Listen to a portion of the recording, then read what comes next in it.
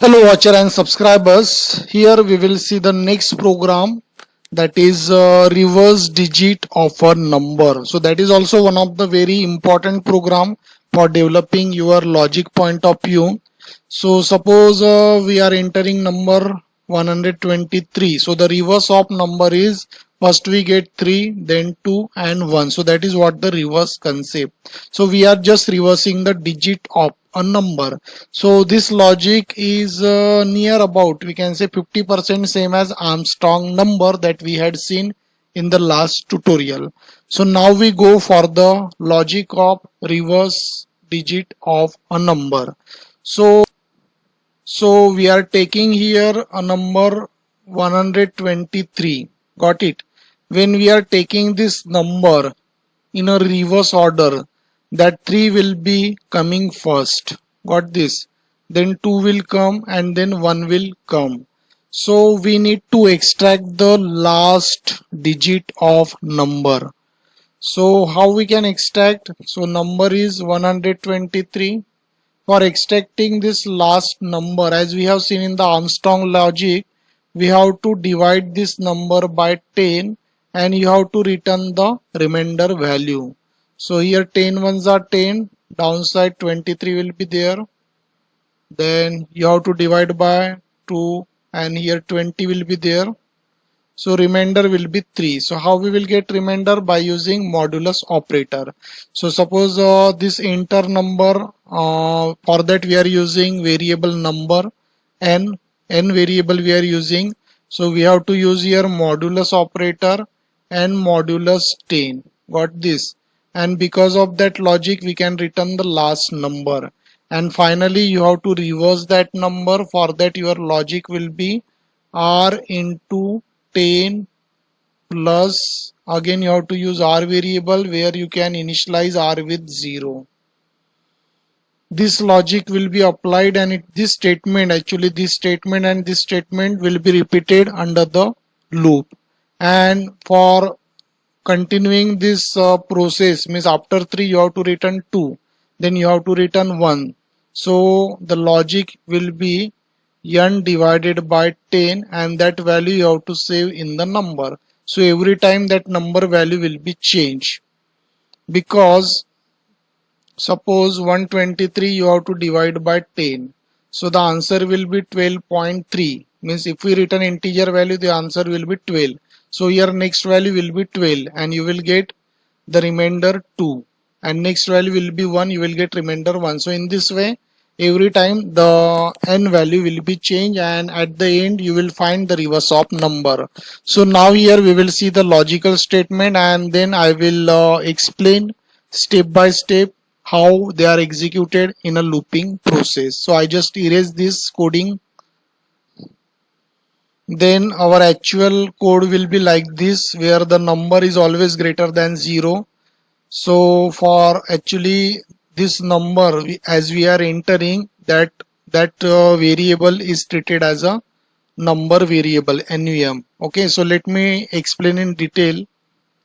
So this number value here, it is nothing but 123. Got this? And our next statement is number modulus 10. And suppose the number is this one, as I explained the logic. So this digit value will be 3 because it will return the remainder value. So for digit I am just writing here D. It will return the last number 3. Then here for reverse number I am using just variable r. So reverse will be r into 10. So where r variable that you have to initialize with 0. So 0 into 10 will be 0 plus digit value will be 3. So it means that r value will be 3 here. And number value, as it is 123, if you divide by 10 it will be 12. So this thing will happen in the step 1 in the loop. Then in the next step D will take this expression number modulus 10. But what about the number value 12? So it will return the remainder 2. And then reverse equal to, what is the value of reverse? 3. 3 into 10, 30. 30 plus digit, what is the value of D? 2. So here it is 32. And then number, what is the value of number? 12. If you divide by 10, it is 1. So number will be 1. So this thing will happen in the next process. Then after that, d equal to number modulus 10. What is the value of number? 1. So remainder will come here 1. So that is the output of d. Then what about the reverse? Reverse into 10. What is the value of r? 332. So it will become 320 plus digit value is 1. So it is nothing but 321. And what about the output for number? It is number value is 1. So 1 divided by 10, it will return 0. So number means 0 0 greater than 0 false. So this process will stop here, and at the last we will print the value for this r, or you can assume here rev variable. So you will get the reverse of number. So in this way this logical statement will be executed during the execution of your code. So now here we are going into the PyCharm and we will write a complete program for the reverse digit of number. So now here I open the PyCharm editor and user will first enter the number. So as usual I will write here reverse that number equals to 0. We already discussed in the presentation, and I will take the help of looping, and that number that the user will enter should be greater than 0. That is our simple condition. And then we have to write here, I am taking the variable d in short, so that d equal to,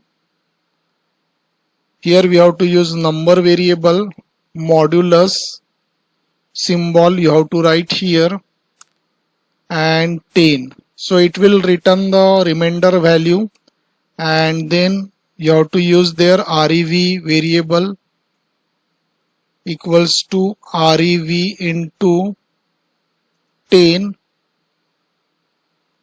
plus you have to add that digit value, means d variable I am using here. And for updating that number variable value, you have to write here number equals to number. Here for returning integer division you have to use this double slash, and 10 here you have to write. Finally this process, once it is over, we have to print here reverse of number. So here I have to use that reverse variable. Got this? So I already explained this logic. Now straight away we will check the output of program. So you can see here my reverse number is coming. You can test for the larger number also. For that also you will be getting the answer.